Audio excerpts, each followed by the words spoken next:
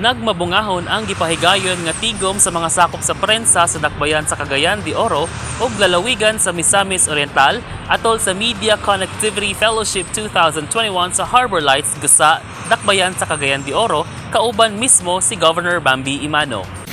Ang maong kalihukan gidumala sa Provincial Information Office ubos sa literato ni Ms. Jinky Rosit nga adunay tumong og tinghuwa sa paghatag kahigayunan sa mga personahe sa prensa nga magkatigom pinaagi sa usa ka Christmas party. Gitambungan na maong tigom sa mga nagadaiyang entidad sa broadcasting industry, mga media personnel ug mga magsisibya sa social media industry. Labihan kalingaw si Governor Bambi Man ug Board Member Erico sa mga presentasyon sa mga media personalities nga nagpakita sa ilang talento sa pagsayaw ug pagkanta nga dili lang diha kutob sa pagsibya o pag-report laki pagsulat og mga balita ang talento.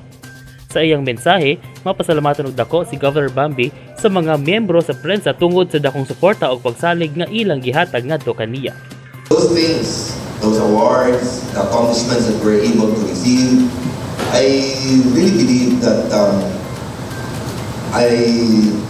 we will not be able to accomplish it.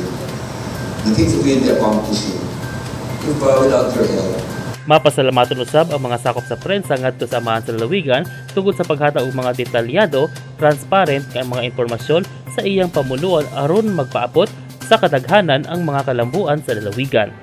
Sama sa giingon ni Governor Bambi Imano nga pipila sa mga prensa miatake kaniya apan wala kini gisapayan sa amahan sa lalawigan, gumikan na sabtan niya ang trabaho sa usa ka magsisibya apan mapasalamaton gyapon sa mga kritiko aron mas makugihon pa sa pagpanerbisyo. Ang gipahigayon nga fellowship sa mga sakop sa prensa sa dakbayan ug lalawigan usa lamang kapag pamatuod nga dako ang nahimong kontribusyon ang mga impormasyon ug pagpadayag sa mga sakop sa prensa diya sa kahanginan sa kalambuan sa lalawigan.